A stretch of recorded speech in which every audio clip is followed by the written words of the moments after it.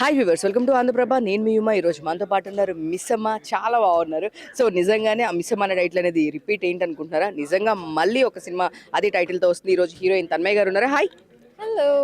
ఎలా ఉన్నారు? సో మిస్సమ్మ చూస్తుంటే ఆల్రెడీ అర్థమవుతుంది, సాంగ్ చాలా బాగుంది. నిజంగా ఎవరైనా మ్యారేజ్ అన్న వాళ్ళకి మీరు చెప్పినట్టు ఈ సాంగ్ చూపించవచ్చు. సో మీరు చెప్పండి, ఇది ఆఫర్ ఎలా వచ్చింది ఏంటి?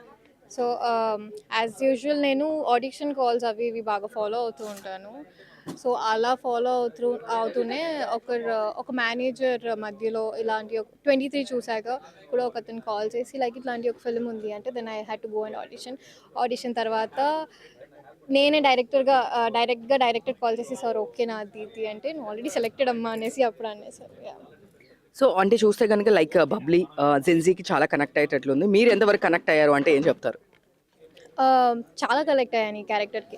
ఫస్ట్ నేను ఈ ఫిల్మ్ చేయాలి అనుకుందే బికాస్ నా క్యారెక్టర్కి వెరీ సిమిలర్గా అనిపించింది. అంటే యాజ్ ఐ సెడ్ జెన్జీ ఎలా ఉన్నారు ఇవాళ రేపు అంటే పెళ్లి తర్వాత ఫస్ట్ మనం సెటిల్ అవ్వాలి, జాబ్ చేసుకోవాలి, మనం సంపాదించాలి, స్ట్రాంగ్ మైండ్ సెట్ ఉంటేనే నేను పెళ్లి చేసుకుంటాను అన్న ఒక మైండ్ సెట్ ఎలా అయితే ఉందో నాది కూడా అలాంటి మైండ్ సెటే. సో అలాంటి క్యారెక్టర్ చేయడం అండ్ చాలా కనెక్ట్ అయ్యి చేశాను. సో మిస్సమ్మ అనే టైటిల్ ఇప్పుడు ఆల్రెడీ ఇంతకు ముందు ఒక 2 మూవీస్లో యూస్ చేసాం, సావిత్రమ్మ గారు అండ్ మన భూమిక శివాజీ గారు. సో మీరు ఆ టైటిల్ తీసుకుంటున్నప్పుడు ఏమన్నా చూసారంటే దీని రెస్పాన్సిబిలిటీ ఎక్కువ ఉంటుందని అనిపించింది? అంటే ఫస్ట్‌లో టైటిల్ ఏంటో నాకు యాజ్ డైరెక్టర్ గారు కూడా చెప్పింది తెలియలేదు. అండ్ ఆ టైటిల్ చెప్పాక కొంచెం ఎక్సైటెడ్‌గా ఫీల్ అయ్యాను. అంటే ఓకే, ఒక అమ్మాయికి టైటిల్‌లా ఉంది దీనికి అనేసి. బట్ దెన్ యాజ్ మీరు చెప్పినట్లుగా 2 సినిమాలున్నాయి.